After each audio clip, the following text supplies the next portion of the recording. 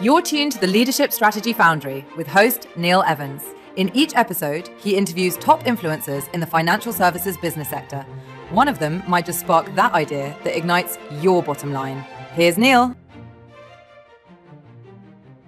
Welcome to today's episode of the Leadership Strategy Foundry. For those of you just joining us, we speak with leaders across business, finance, entrepreneurship, and innovation about strategy, execution, decision-making, and what actually drives better outcomes inside growing organizations.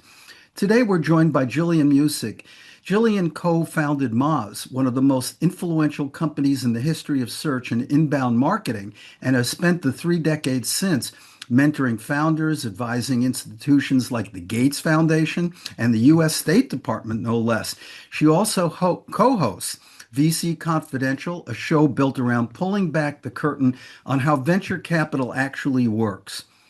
Few people have watched as many founders succeed and fail up close as Gillian has, and her perspective on what actually separates the two is exactly the kind of conversation our audience of operators and leaders need to hear. So, Gillian, it's a real pleasure and an honor to have you on this episode of Leadership Strategy Foundry. Thank you. It's a pleasure to be with you. All right, you ready to jump in? I am. All right. So, you co-founded Moz at a time when almost no one understood search marketing as a real discipline. Looking back across the full arc, founder, then mentor, then investor, what's the through line? What's the one thing that's been true about building companies at every stage of your career? Okay, so first, I would say there are wizards and there are executors. I had the privilege of being an executor to a brilliant wizard. Mm, Executors build the company around the wizard, right? They execute right. and build the company. So in truth, the company essentially wasn't mine. It was the wizard, right? But I did the back office stuff. I would say that one of the hallmarks of the successful companies is that there are two founders. There are not enough hours in the day in the earliest stages to get everything done. Two literally doubles your hours. Hmm. Also, it is the viewpoint. It is the work of the people who are co-founding. If you have a couple of wizards, you're duplicating yourself. But if you have the wizard and the executor, this is the most successful early stage company. Doesn't mean they're all going to become unicorns and all of that. But at the earliest stages, your best shot for survival is to do that. The Would, second thing is that companies that form boards of directors earlier mm. succeed more quickly, at higher valuations, and more regularly. So again, doesn't mean everyone's going to be a survivor or a unicorn, but those are the data points. If you wait for a Series A to form your board of directors, right, which is what is so often advised, well, unless you've done this before, the only one with board experience is your Series A investor. You begin on the back foot. It's Mm. important to note that 80% or more of all CEOs, men or women, this or that, doesn't matter, have been replaced if, two caveats, they are venture fund backed and they had a successful exit. Mm. They were replaced because they could not take it to the finish line. So learn how to report to your board, how to guide your board, how the board guides you, how you optimize it for the benefit of your company, and do it early. By the time the Series A investor takes a seat at your table, they take one seat at an already functional board, and the reins are firmly in your hand. You have a much better shot of taking your own company to the finish line.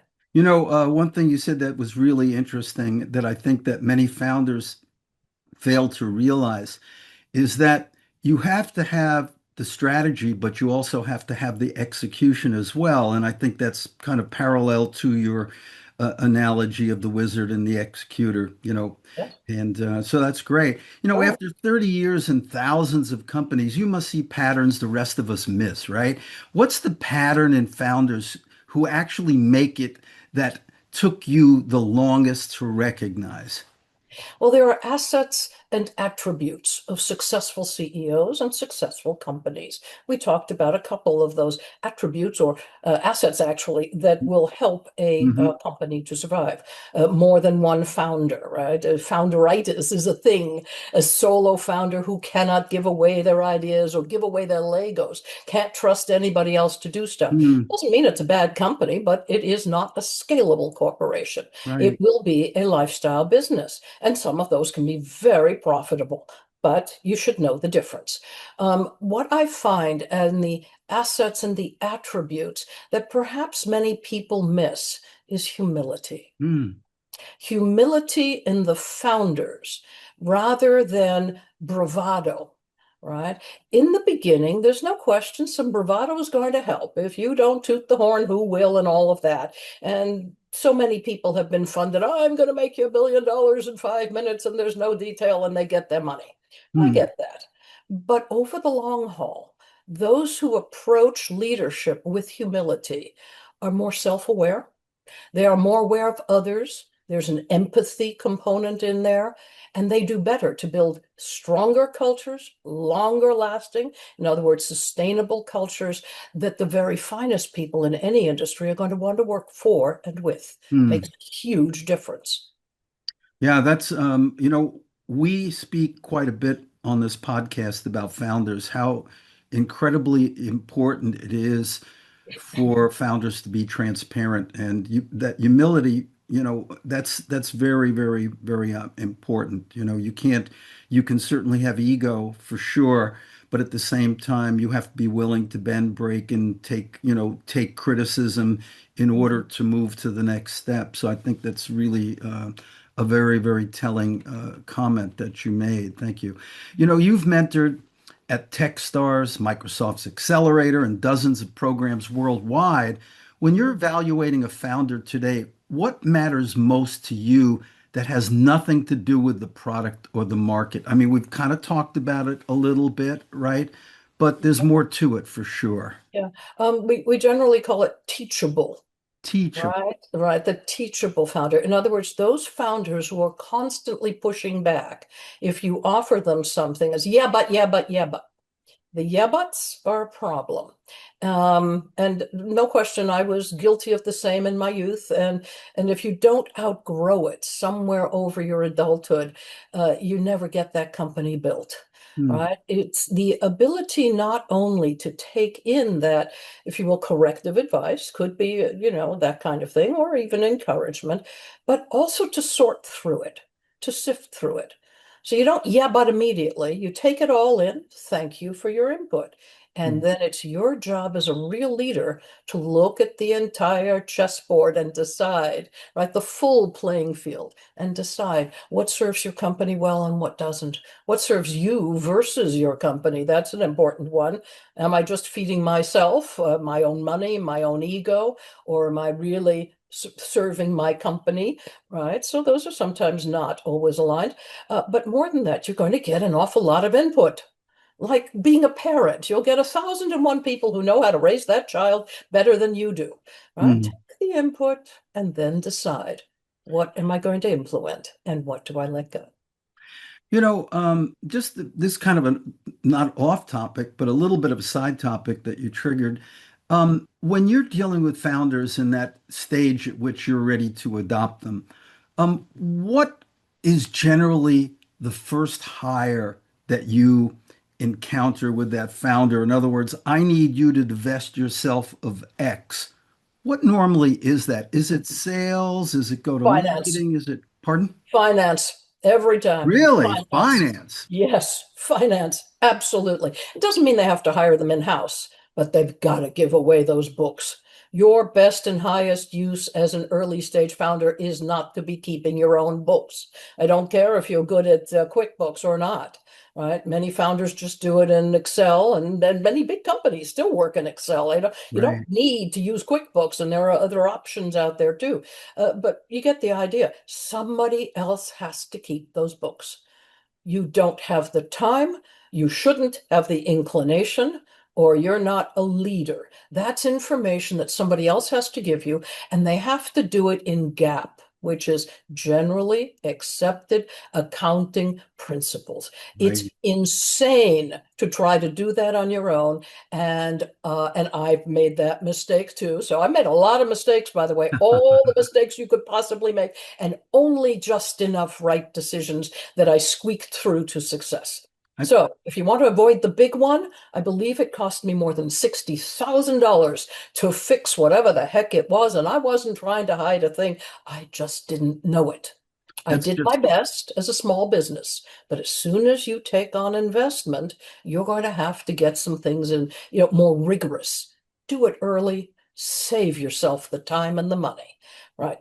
The other thing is that once you have things in gap and all of that, once you have these reports in front of you, they inform you, what can I accomplish? What money do I need to accomplish what I need to? And how do they not match? That tells you how much money you have to raise, when you have to raise it, where the capex is, what you're really looking at in terms of a lifetime value of a customer. It's the current cash flow is critical. All of these things come to you not by you spending hours entering the data. Yeah, I Finance. am. I would believe that if a founder has any intention of taking money from anybody, anywhere, anyhow, whether it's PE, VC, whatever, those books are the most important thing that they're most important asset they're going to have. And if they're Mhm. not in order, it's going to be hell to put them back in order most times, That is as you correct. mentioned, for sure. You know, Been there, founders. done that. Got the t-shirt. You have a t-shirt. I love it. You're so funny. Founders almost always start with a compelling vision, right? That's how they get what they Yeah. where they are, right? Yeah. Where do you most often watch that vision actually break down though in practice? And what does that moment usually look like? That's kind of the sad part, right? It can be, yes. Those founders who have a vision and then get it right will have that, if you will, break down or alter. It's not really breaking down, it molds, right? It morphs into what needs to happen because they have early customer conversations. They do it while they're building. They co-create. Sometimes tiny, sometimes later stage. They're still co-creating. I have a portfolio company now co-creating with some of the largest names in banking. Hmm. Okay? They're still doing that, and they're doing it before they launch the product. That's when it's successful, when you co-create with that sort of thing. Hmm. Now, if you're making something where you're absolutely sure that the world wants it, needs it, and then you throw it out there, I see it fall apart in early sales Hmm. because the early sales don't generate, they don't illuminate, and they don't show up. Or the early sales come in and then people quickly drop off because, well, they got sold, but they weren't really thrilled. And so you get a very short lifetime value, you get a lot of churn. Now, if you're building a B2C product and it is something the world has never seen, you really are venture scalable and venture fundable and all of that. I think Steve Jobs would disagree with me, and he'd be Hmm. correct because we don't really disagree. For those very few companies in which the wizard envisions something nobody has ever seen before, there's no way that you can test that with a consumer who doesn't even know what you're talking about. They don't know they desperately want it until it's in their hands. And that's what happened with Apple. You know how rare that is. Yeah, for sure. So don't confuse your company and your idea with something like that. For the normal sort of venue, whatever it may be, besides the Wizard, I would think that the due diligence on the front end of your total market, your go to market, et cetera, is really, really critical to exhaust that to the point where you have a reasonable certainty that this could work based on your competition, if there is competition, right? Yeah, you do want to know who your competitors are to the best of your ability. But in general, we're talking about very early stage companies, right? There are always five bright guys or gals doing what you're doing and building what you're building, and you don't even know their names. And Mm-hmm. they're right behind you, right? Or beside you. it's going to be very difficult. This is not public knowledge, right? These Right. are, Mm. again, early stage companies. So get comfortable with that. You do want to have a good sense of what the competitive landscape looks like in terms of who's out there now, who is selling now, who are the biggest players in the game. Maybe it could be public companies, but you've got a better mousetrap. You've got stage two of what they're selling stage one. Hmm. Right. And so it is going to replace it. But the line, the bigger they are, the harder they fall, right? Things will get changed over time. That's fine. But never say I have no competition. Nobody's doing what I'm doing. People who are going to use whatever product or service you're about to sell them are doing something today. What are they doing today that they're going to rip off the Band-Aid and do something new tomorrow? Even if it's nowhere near as good as what you're doing and so far removed, you don't think of it as your competitor. That is your competitor. It's Hmm. what your customer does today that they will not do tomorrow once they're using your product. Oh, interesting. Sage advice, but boy, that entrepreneurial spirit really came out, Jillian, just now. It was flowing all over. Listen, audience loves stories. I love stories. You love stories when you were a kid. That's how we learned and schooled best, right? Can you walk us through a founder or a company you've worked with that had to make a real course correction and what that recovery actually looked like once they got it right? I'm sure you've had one of those stories. Well, many, I think, because time changes things so quickly these days. I have a company that I just referred to that's co-building with all of these banks and so on. They began in one field of serving banks around agentic AI, about actually APIs and management of that and so Mm. on. And then AI came around, and then agentic AI, and our banks are woefully unprepared for them. Okay. This company didn't kind of pivot so much as they said, well, in addition to what we're doing with all of this API management and AI management and super apps and so on, how we're helping our banks, we're going to need to address security. And it turned out that security was the killer piece. It Mm. was one module in what they had built. And yet that was the thing that's going to take this to $1 billion company. And Mm. so they went all in on that module and they thought, well, now we'll raise capital under this company and so on. And the new investor says, well, actually, we just want this, not that. And so on. They have to figure out how to configure whether they have a new company, old company. What do you do with old investors and new investors? All this stuff that is the executor stuff has to be sorted, right? And they're sorting it quite well and with authenticity, right? And with grace and with humility. All of those things are in place, but it's complex and the devil is in the details.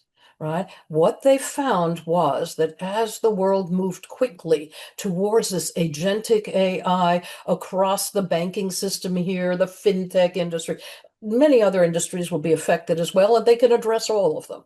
But they found the industry that needed what they had, needed it desperately, and could be addressed.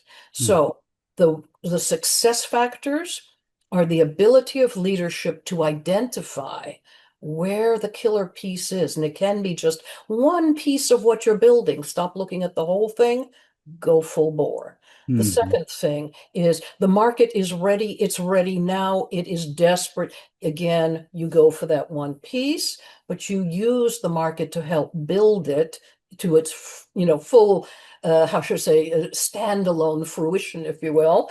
And you use that market to help you build it because then you are sure that your market is ready to buy. You get MOUs in place. You get, I don't know, this co-building, right? Again, it's in the details, your ability to build something they want. And they say, yes, if you do this, then we buy that, right? It's making that transition. So those are the companies that really do well. And this company has brilliant leadership. And they will do very well Mm. because they're navigating that knife edge from one product to another, one branding even to another, all kinds of things, right? But they're navigating the whole path. And they're doing so by taking in a lot of advice, and then they're sifting and making their own decisions. Yeah, flexibility, transparency, willing to Yeah. take the sage advice from people like Mhm. yourself to navigate those waters, and that was a really, really good story. You have your show about pulling back the curtain on venture capital, right? We did, What's the yes. thing about how VC actually works that you most wish founders understood before they ever take a meeting? Yeah. Um, when you're talking to venture capitalists, it's not that they don't care what you're building, but in truth, they don't care what you're building. You have to answer their first question first. And it is this: somebody's handed them a box of money, and they want to know, how big will it be? And how quickly do I get it back? They're going to hand you a box of money. How quickly will I get it back? How Hmm. large will it be? They must answer that question. Right? I mean, this is a fiduciary responsibility for the management of other people's money. They don't have the leisure to just play it loose, if you will. Right? Hmm. They're playing with your brother-in-law's fireman's fund retirement account. You don't want them to make decisions of which they're not certain. So talk to them about the money. Hmm. How are you going to build this? How will you expand I don't know, the market, the geography, the product line, whatever it is? How are you going to optimize the profit margins? And who are you going to sell to? Who are your top buyers? Do you know? What's your end game? How will you exit? Are you going on to, become publicly traded company? How are you going to get there? Right? Give them an idea that you know what you're talking about, or everything else is pie in the sky. Once you've answered their question, I'm going to build this and exit here, and I'm going to make you $1 billion by doing the following. Then they say, okay, how are you going to do it? You say, well, this is what we're building, and this is how it happens, right? Talk to them about what they need to know first, and then talk to them about what you want them to know. Yeah, the what is important, but the how actually trumps the what in this particular case because Yes. the Yes. investors say that's really a nice idea. I think it's really cool. My wife could use that. However, how are you going to do it, right? Right. Yeah. Exactly. So tell them that you have leadership skills to take it to the finish line. Yeah, jumping to a little different subject, you've spoken about how women receive roughly 2% of conventional venture funding in the US, right? Yeah. What did digging into that number actually teach you about how the traditional VC model is built and why it produces that result? Yeah. It was interesting. And by the way, in this year it's 1%. So the winds don't blow well. But there are a number of things. I found most interesting the behavior that we looked into around venture equity investment, right? Hmm.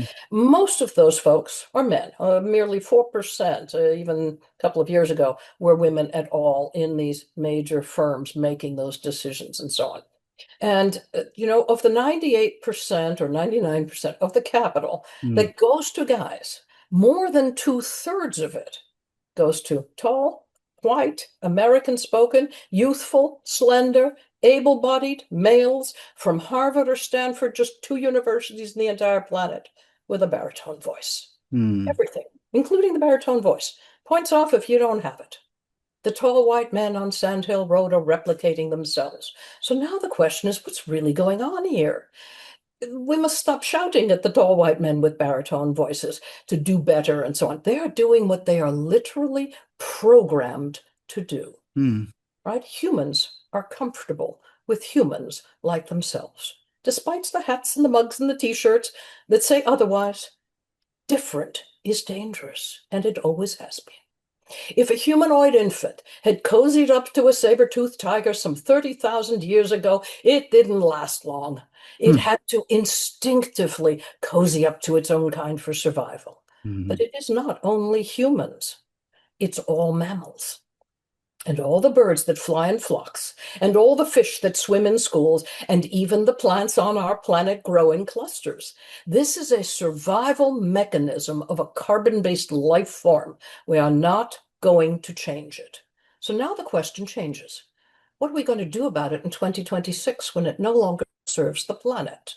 And that has to do with the concept of community. Again, not entirely restricted to humans, but in the human system, right, community is created by shared values, shared goals, and shared experience. And shared experience trumps the other two by a country mile. Hmm. So, if you think about that, the men who stood shoulder to shoulder at 11/11, 1918, they stayed connected to the last man standing. They did not have social media and email and so on to keep connected, but they did. The experience they had was so intense, right, that the bonds were never broken. Okay. People who are in the fire department, the police department, emergency room workers, right? They have shared experience the rest of the community does not share. And they tend to hang out together and go to picnics together and marry one another. Okay. We get the concept. Now, what will bridge the gap is that shared experience. This is why deals go down on, I don't know, golf courses and over whiskey. It is Hmm. a connection that has nothing to do with the subject at hand. So, as a venture capitalist, it's my job to make those connections with my colleagues, both men and women. Our shared connection is we are all investors, right? Our shared connection is that we all manage funds. And then we can connect on a golf course or over whiskey or sharing books or whatever it is, right? Until we have a trusted relationship. And when I bring them a deal, they are far more likely to take a good look at it because the trust has been established Hmm. on a bridge through me. One of the major reasons women do not get funded is they do not have those warm introductions. Hmm. It's our job to create them. So I focus a lot on that in creating those shared values, shared goals, shared experience with my colleagues so that those companies I bring to them will get a good review. They'll take a look.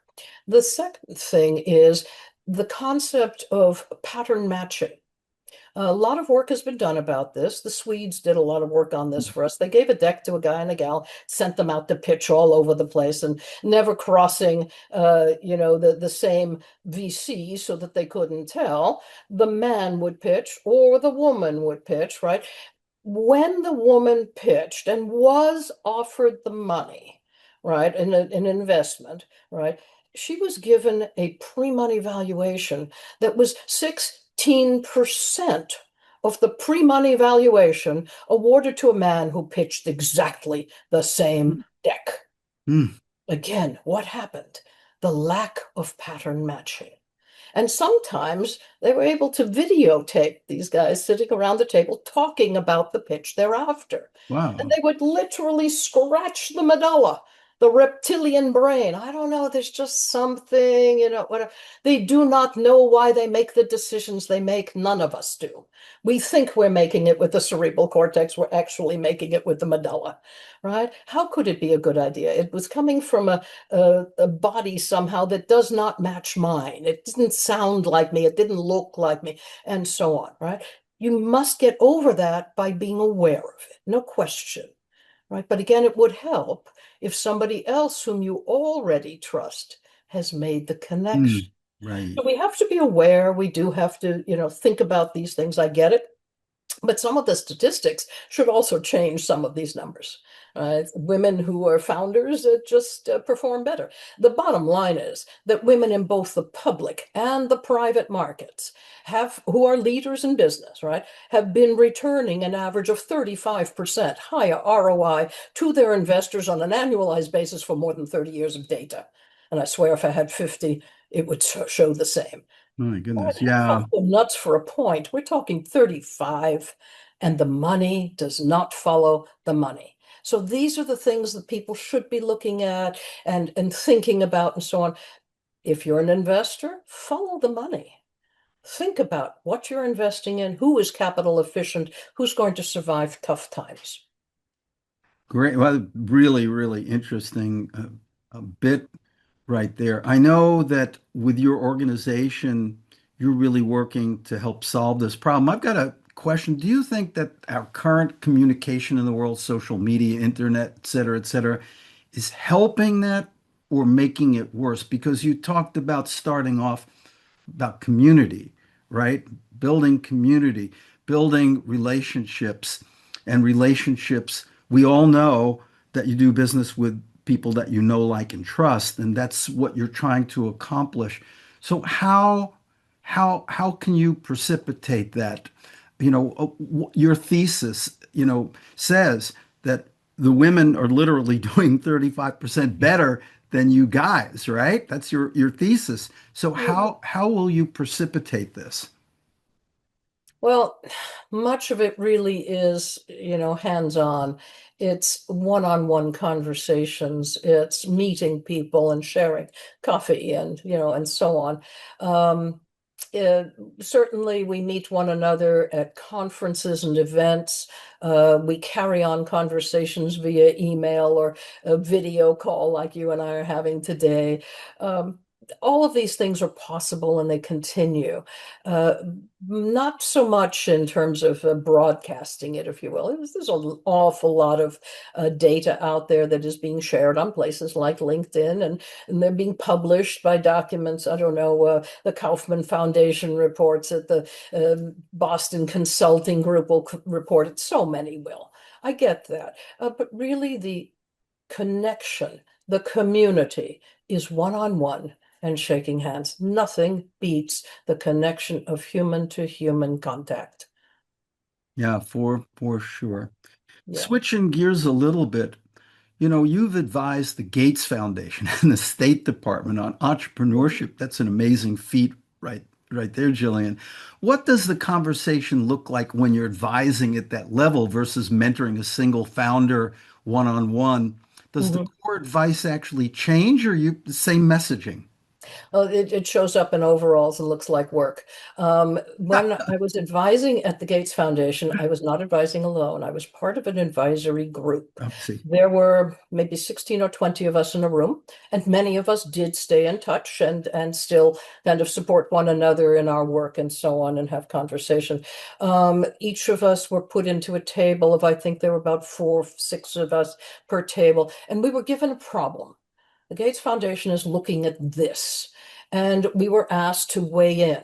There would be conversations at the table about whatever that subject was. There were, in this given day, I don't know, 6 or 7 such questions were given to us, and we had anywhere from 15, 20 minutes to answer to even a couple of hours to answer, and so on. It was a long day, and then we Hmm. were done. But the object was for people of many different backgrounds to come together and discuss these things. I had people who were working in quantum physics. I Hmm. was coming out of, digital marketing and tech early stage startups and so on. Others were coming as professors in different fields. There were just so many folks represented in the room. And so we learned a great deal from each other. And we learned about the value again of coming from a diverse group of individuals. You could create something that was really worthwhile. Each table had its answers, and then the tables came together and they had answers. And then the Gates Foundation took all of that. And then they looked at all of it and made their decisions about which way to go. Sometimes it was, I don't know about, I don't know, water management. Maybe it was about a new product. It was about how to deploy groups, whether they should outsource or bring it Hmm. in-house and this and that and so on. These are kind of simple business things, but they can become complex when you're looking for a way to say, how do we work with very different kinds of countries, emerging economies, all kinds of folks, and how are we going to do this most efficiently? I thought it was brilliant that they asked. Hmm. When I was working with the State Department, that was a group called YTILI, Hmm. which only government comes up with these names. It was the Young Transatlantic Innovation. I don't even remember what the rest of it went for. The object was approximately 50 entrepreneurs from Europe, not just the EU, but all of Europe, were brought to the United States, leaders in whatever field they were working in, sent to 7 different cities around the country in groups of about 7 or 8 and so on. And then 3 weeks later, they went to DC. They spent another few days together and then they all went home. But the object was to connect those European business people as they were coming Hmm. up with the US business people as they are coming up, and these would be the leaders of business tomorrow. And Hmm. they would know one another, they would have met one another, and they would have this community. And so in that case, I was simply given six or seven, I think it was seven companies, and said, help them do these things. And I called in every chick that I had anywhere, and people showed up and advised and mentored and made connections, and all kinds of things. Wonderful things happened. And then I went to Europe as well and worked with companies there and so on. So it was organized. It was managed by the German Marshall Fund, Hmm. actually. So that was interesting as well. But each time you do this, it's not one-on-one, but there's some one-on-one in there as Hmm. it happens. Yeah. Got you. As I said, it shows up like work. Kind of reminds me of all of that's going on in the world right now with the World Cup and FIFA. Mhm. You think about the fact that this is, for the most part, peaceful coexistence and people realizing there's more to life than fighting, coexisting, helping each other, playing on the field for sport, not for war. Mhm. I kind of feel that when I'm watching these games, kind of important. You know, um, just switching gears a little bit more, globally, you've watched founder needs evolve for 3 decades, right? What's shifting right now in how entrepreneurs build and raise capital that most people haven't even caught on to yet? They need less of it. They need less Yeah, of it. that's right. AI has enabled an individual idea person, right, the wizard, to go and build all kinds of things they could not have done with only themselves. They would have needed a team, they would have needed a space, they would have needed all kinds of stuff. Right? Nowadays, a startup company doesn't even need an office or a room in a startup community anymore or co-working space. They do it out of their homes. They Hmm. don't need capital to build the initial product. AI can help them to build that and to do it quite well so that you've got something you can show the world and start. It takes care of all kinds of background noise tasks that you could not have done before. And Hmm. it informs the entrepreneur about all kinds of things like, how about I take this term sheet? How about I take this investment document and throw it into Claude and see what happens, right? It Hmm. will explain to you what's going on there, all 104 pages of it, right? Something that entrepreneurs could not do before. And it explains it in plain language. So they need less capital. They're wiser about what capital they're taking, and they're getting a really good sense of what it means to be diluted. So many entrepreneurs of the past have seen 8 to 10, maybe 12% of their own company. Right? Hmm. Now, if you're exiting at $100 million and you come away with $8 million is nothing to sneeze at, but you've made somebody else very wealthy. Was it worth it? You come Yeah. away with $1 billion and you come away maybe yourself with somewhere around, I don't know, 40 to 80, maybe 100 million. Again, you made somebody very wealthy. Was it worth it? Now they're getting better at it. They're looking at venture debt, at revenue share models, all kinds of ways to capitalize the growth of early stage privately held companies. Those systems are emerging, and Masters Fund is part of that. Hmm. We're using alternate investment methods, if you will, contracts that help founders to keep more of their own stock and to survive at larger numbers. Yeah. That's Very, what people are very. not looking at. Oh, They yeah. need less. So Jillian, the last question that I ask every guest on Leadership Strategy Foundry is what I call the magic wand. All right. So I'm going to give you a magic wand, or if you prefer, an Aladdin lamp, but this Aladdin lamp only gives you one wish. Okay. So if you could wave a magic wand or rub your Aladdin lamp and solve one challenge for founders broadly for the ecosystem you've spent your life in, or within your own work, what would it be? For me, gender equity, that's the hill that I'm going to die on. Many years ago, somebody decided to have an orchestra seated by having the players perform for the uh, the interview, if you will, behind a curtain. And they all had to wear only stockinged feet so that they could not hear the footfall. Mm, Somebody would enter behind the curtain. It was opaque, not sheer. And the listeners would listen in the audience of the theater. mm, And people would play.